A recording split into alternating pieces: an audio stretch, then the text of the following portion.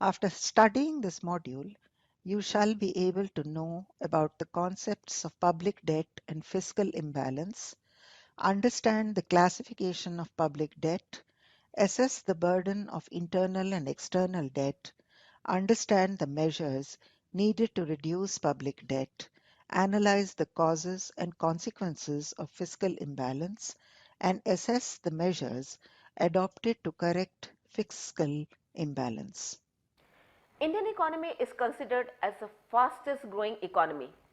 However, there are certain drawbacks such as fiscal deficits and debts which hinder India from achieving its goal. These have remained high regardless of rapid economic growth in recent years and irregular attempts to inspire greater fiscal discipline. To ensure fiscal discipline by the centre and state, the Fiscal Responsibility and Budget Management Act was passed in Parliament in 2003. The main objectives of various legislations over the years are to eliminate revenue deficits and reduce fiscal deficit to or below 3% of GDP. In a country, fiscal deficit occurs when government spending exceeds tax receipts. Fiscal debt is the amount of funds the government must borrow to cover its deficit. Size of public debt is measured by the debt ratio that can be calculated by finding out the government debt as a percentage of GDP. Deficit and debt must be expressed in real terms or adjusted for inflation, as calculating deficit in nominal value results in an overstatement of the amount of debt required to cover the deficit. Deficit and debt move pro-cyclically. They fall during slump and rise during a boom. To solve this problem, the government calculates a cyclically adjusted budget deficit, which is the amount of deficit at full employment. Any growth which is inflationary financed results in increased tax revenue and government spending to cause deficit and inflation. Moreover, a substantial reduction in long-term perspective deficit will significantly lower long-term inflation expectations. Deficit finance growth increases debt with no real income growth but higher inflation. Due to the tight monetary policy stance adopted by the Reserve Bank of India for a sustained period of time to control inflation, the burden of correcting macroeconomic imbalances and reviving growth seems to have fallen entirely on the union budget and fiscal policy. Public debt or public borrowing is considered to be an important source of income to the government. If revenue collected through taxes and other sources is not adequate to cover the government expenditure, government may resort to borrowing. Such borrowings become necessary more in times of financial crisis and emergencies like war, droughts, etc. Public debt may be raised internally or externally. Internal debt refers to public debt floated within the country, while external debt refers to loans floated outside the country. Public debt may be classified as productive and unproductive debt, voluntary and compulsory debt, short-term, medium-term and long-term debt, redeemable and irredeemable debt, funded and unfunded debt, internal and external debt. Productive debt.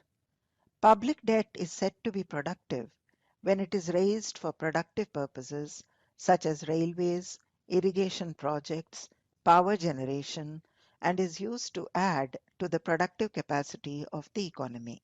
The interest and principal amount is generally paid out of income earned by the government from these projects. As productive loans are self-liquidating, they should be repaid within the lifetime of the property. Such loans do not cause any net burden on the community. Unproductive debt. Unproductive debts are those which are raised to meet expenses on war, famine relief, social services, and these do not add to the productive capacity of the economy. As unproductive debts are not necessarily self-liquidating, the interest and principal amount may have to be paid from other sources of revenue, generally from taxation, and so such debts are a burden on the community. Voluntary debt. These loans are provided by the members of the public on a voluntary basis. Most of the loans obtained by the government are voluntary in nature. The voluntary debt may be obtained in the form of market loans, bonds, etc. The government makes an announcement in the media to obtain such loans. Compulsory debt. A compulsory debt, like the compulsory deposit scheme, where the public is asked to contribute as a compulsion during some special circumstances like war or crisis. The rate of interest on such loans may be low. Short-term debt. Short-term debt, like treasury bills of 91 days and 182 days, matures within a duration of 3 to 9 months and are incurred to cover temporary shortages of funds. Interest rates are generally low on such loans. Medium-term debt. The government may borrow funds for medium-term needs. These funds can be used for development and non-development activities. The period of medium-term debt is normally for a period above 1 year and up to 5 years. One of the main forms of medium-term debt is by way of market loans. Long-term debt. Long-term debt has a maturity period of 10 years or more. Generally, the rate of interest is high. Such loans are raised for developmental programs and to meet other long-term needs of public authorities. Redeemable debt. The debt which the government promises to pay off at some future date is called redeemable debt. Most of the debt is redeemable in nature. There is a certain maturity period of the debt. Irredeemable debt. Such a debt has no maturity period. In this case, the government may pay the interest regularly, but the repayment date of the principal amount is not fixed. Irredeemable debt is also called perpetual debt. Normally, the government does not resort to such borrowing. Funded debt. Funded debt is repayable after a long period of time, such as 30 years or more. Funded debt has an obligation to pay fixed sum of interest subject to an option to the government to repay the principal. The government may repay it even before the maturity if market conditions are favorable. Unfunded debt. Unfunded debts are incurred to meet the temporary needs of the government. In such debts, duration is comparatively short, for instance, a year. The rate of interest on unfunded debt is very low. Unfunded debt has an obligation to pay at the due date with interest. The government borrows funds from internal and external sources. Internal debt. Internal debt refers to the funds borrowed by the government from various internal sources within the country, like individuals, banks, business firms, and others. The various instruments of internal debt include market loans, bonds, treasury bills, etc. Internal debt is repayable only in domestic currency. It implies a redistribution of income and wealth within the country, and so it has no direct money burden. External debt. External loans are raised from foreign countries or international institutions and are repayable in foreign currencies. External loans help to take up various developmental programs in developing and underdeveloped countries. These loans are usually voluntary. Public debt in India. During recent years, public debt in India has been growing at an alarming rate. The underdeveloped nature of the economy and institutional credit deficiencies make the financing of economic development a complicated problem. Hence, the government has to play a key role in stimulating the rate of capital formation and in promoting the economic development of the economy. The instrument of public debt take the form of government bonds or securities of various kinds. Such securities are drawn as a contract between government and lenders. By issuing securities, the government raises a public loan and incurs a liability to repay both the principal and interest amount as per contract.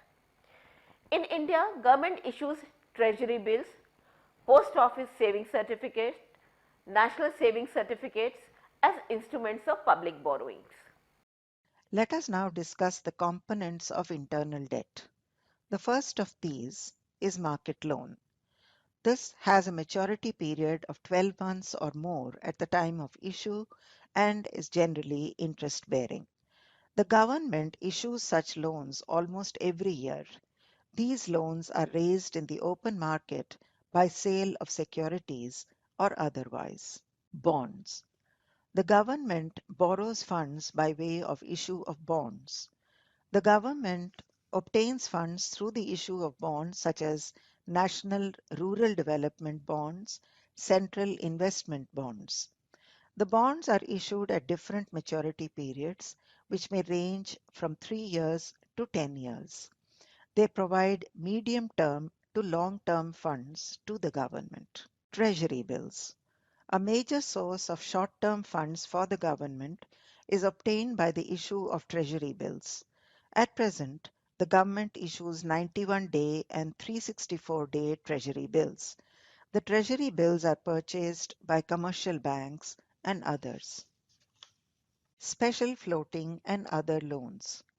These represent India's contribution towards share capital of international financial institutions like IMF, World Bank, International Development Agency. These are non-negotiable and non-interest bearing securities. The Government of India is liable to pay the amount at the call of these institutions.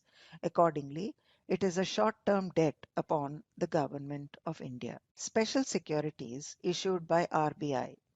The government obtains temporary loans for a period of maximum 12 months from RBI and issues special securities which are non-negotiable and non-interest bearing.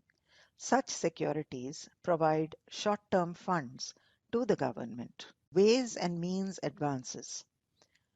The Government of India obtains ways and means advances from the Reserve Bank of India to meet its short period expenditure.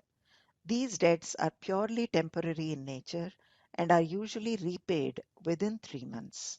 Securities against small savings.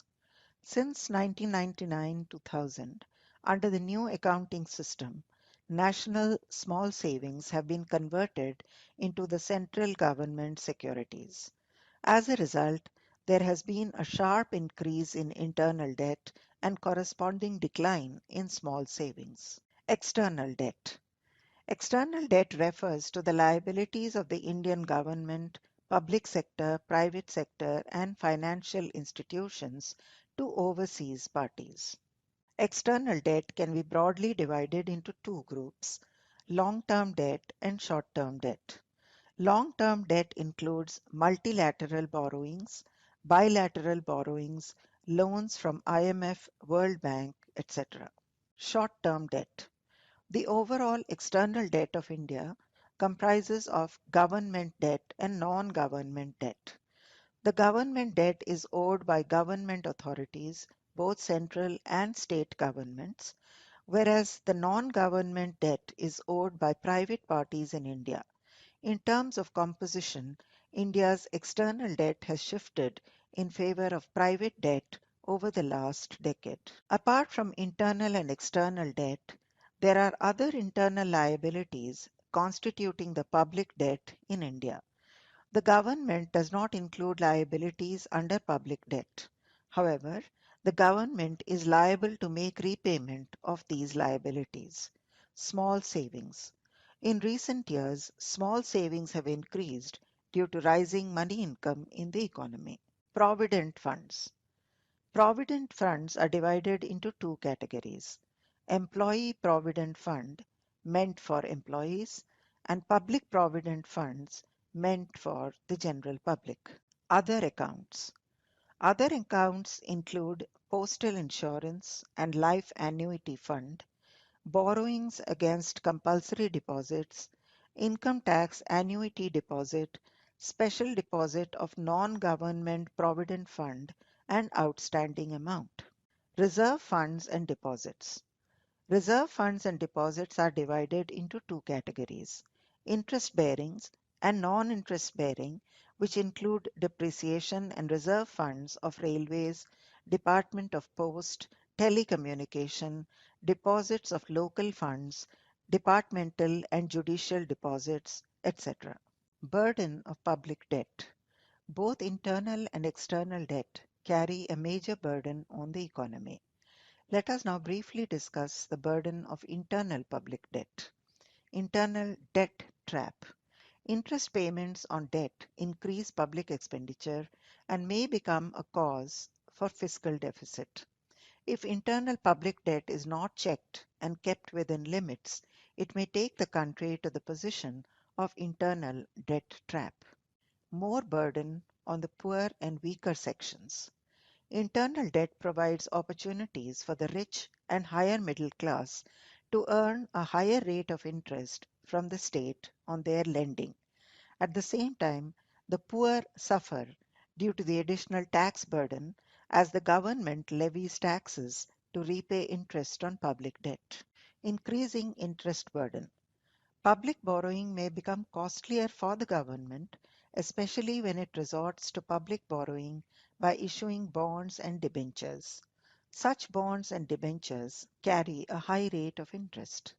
Unjustified transfer.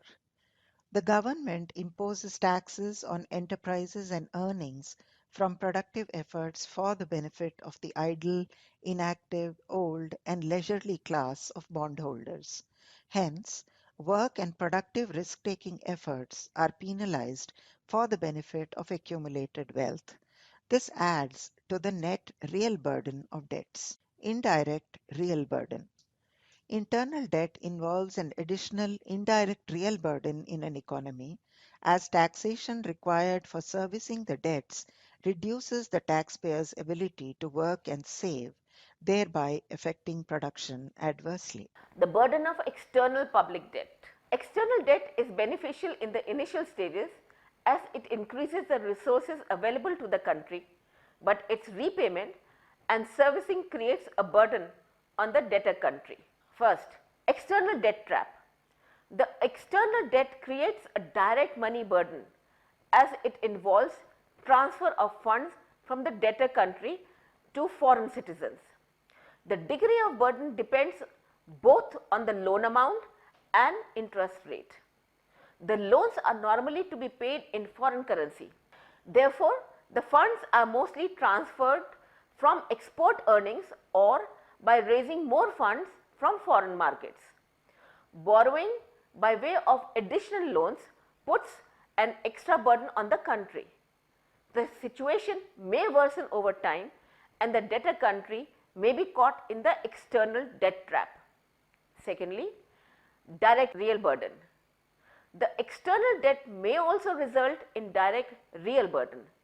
The citizens of the debtor country will have to suffer loss of economic welfare to the extent of repayment of principal amount and interest burden. The foreign currency earned through exports would have been utilized to import better goods and technology, which would have increased the economic welfare of the citizens of the debtor country.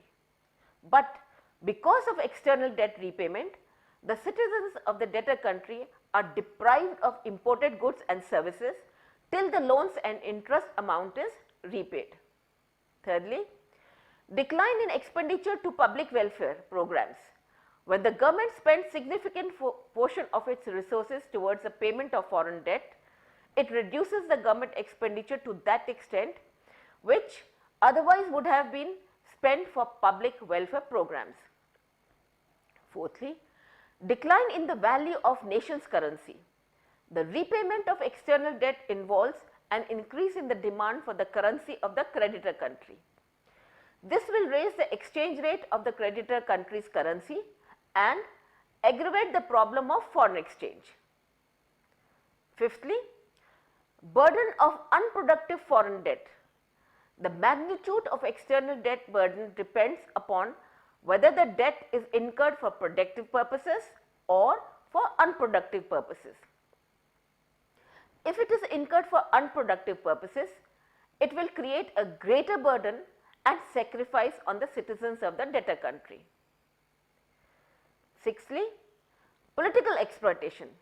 In recent years, it was found that the lending countries who dominate international organizations like World Bank and IMF use the lending opportunity as an instrument to exploit the borrowing countries economically and politically. Public debt management in India. The increase in public debt puts a burden on the citizens of the country and adversely affects the growth and development of the economy. Effective management of public debt requires controlling the amount of borrowings, productive use of borrowed funds for development, and the repayment of public debt. Reduction in primary deficit. Corrective action with respect to the growing internal debt must be carried out in two stages. In the first stage, action must be directed towards slowing down the pace of growth of the debt ratio or reducing it to a reasonable level.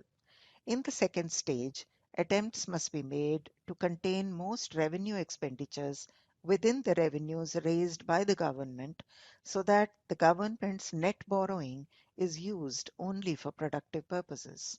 Reduction of current expenditure. In order to reduce primary deficit, more emphasis has to be placed on reducing the growth of current expenditure of the government than on raising the rate of growth of revenues. Raising efficiency of borrowing program of central government. The RBI has played a major role in improving the efficiency of borrowing programs of the central government, making it more market oriented. Reforms in debt management of states. The sale of state government loans continues to be outdated. There is no scope for better managed states to access funds at competitive rates of interest. So it is necessary to bring flexibility in the borrowing programs of the state governments with the help of RBI initiatives. Foreign institutional investors and public debt. Foreign institutional investors have been permitted to invest in government debt by investing only in dated government securities. Consolidated Sinking Fund (CSF). The CSF has the objective of breaking the vicious cycle of rise in repayment burden of public debt. Even the state governments should set up such a fund in view of the problem of the repayment of loans. Improving the state of debt market.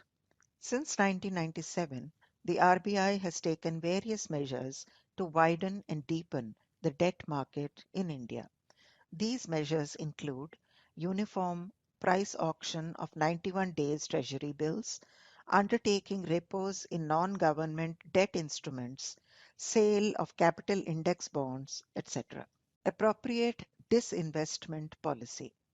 The government should disinvest in public sector units which are not strategic or are sick. Disinvestment enables the government to raise funds which can then be utilized to repay a part of the public debt. Let us now understand fiscal imbalance. Fiscal imbalance is a mismatch in the revenue powers and expenditure responsibilities of a government. Two types of fiscal imbalances are vertical fiscal imbalance and horizontal fiscal imbalance. A vertical fiscal imbalance describes a situation where revenues do not match expenditures for different levels of government. When the fiscal imbalance is measured between the two levels of government, center and states, it is called vertical fiscal imbalance. A horizontal imbalance describes a situation where revenues do not match expenditures for different regions of the country. When the fiscal imbalance is measured between the governments at the same level, it is called horizontal fiscal imbalance. This imbalance is also known as regional disparity. Indicators of fiscal imbalance. Fiscal imbalance can be measured by deficits such as revenue deficit, which is measured as the difference between revenue receipts income and revenue expenditure; budgetary deficit, which is measured as the difference between total expenditure and total receipts. Here, both revenue and capital expenditure and receipts are considered; fiscal deficit, which is measured as the excess of total expenditure over revenue receipts and grants; primary deficit, which is measured as the fiscal deficit minus interest payments. Causes of fiscal imbalance. The main factors responsible for fiscal imbalance in India are increase in subsidies, excessive government borrowings and interest burden, defense expenditure, poor performance of public sector, weak revenue mobilization, and tax evasion. Let us now discuss how fiscal imbalance can be controlled. Fiscal imbalance can be corrected by 1. Reducing government expenditure. 2. Raising government funds. Let us discuss these measures individually. Reducing government expenditure. Reducing interest burden. Over the years, there has been considerable increase in government borrowings. As a result, the interest payment of the government has increased considerably. Therefore, there is a need to reduce government borrowings so as to reduce the interest burden, which in turn would reduce government expenditure. Reducing subsidies. The government of India has been providing massive amounts of subsidies on a number of items such as food, fertilizers, education, petroleum. There is need to reduce government subsidies in order to keep a check on its expenditure. Reducing government overheads. The public sector and government departments are subject to high overheads due to overstaffing, mismanagement, inefficiencies, and corruption. There is a need to reduce overheads wherever possible to reduce government expenditure. Closure of sick units. The government needs to close down the sick public sectors or disinvest in them. Closing down non-viable sick units would enable the government to save valuable resources, and disinvestments would generate additional revenue to the government. Raising government funds. Collection of user charges. The government should take adequate measures to collect user charges from the consumer in respect of public utilities like water supply, electricity, irrigation, transport, etc. Improvement in the performance of PSUs. Due to poor performance of PSUs, the government loses a good amount of revenue by way of dividends. Therefore, the government should make every effort to improve efficiency and performance of public sector units PSUs, which in turn would enable the government to obtain more funds for productive expenditure. Proper mobilization of tax resources. The government should make efforts to simplify the tax procedures, introduce e-tax filing, and take stringent measures to reduce tax evasion. Market-oriented development. Market-oriented development will stimulate demand and encourage growth. Let us now summarize what we have learned in this module. India can achieve better fiscal consolidation by strengthening methods of expenditure control. 2. Emphasizing on appropriate resource allocation. Third, adopting a stable tax policy environment. Fourth, simplifying tax structure and laws. Fifth, introducing reasonable direct taxes and better tax administration. Sixth, understanding equity consequences of taxation. 7. Effective fiscal marksmanship and public debt management. 8th, placing more reliance on fiscal and financial instruments. 9th, establishing better links between fiscal and monetary policy.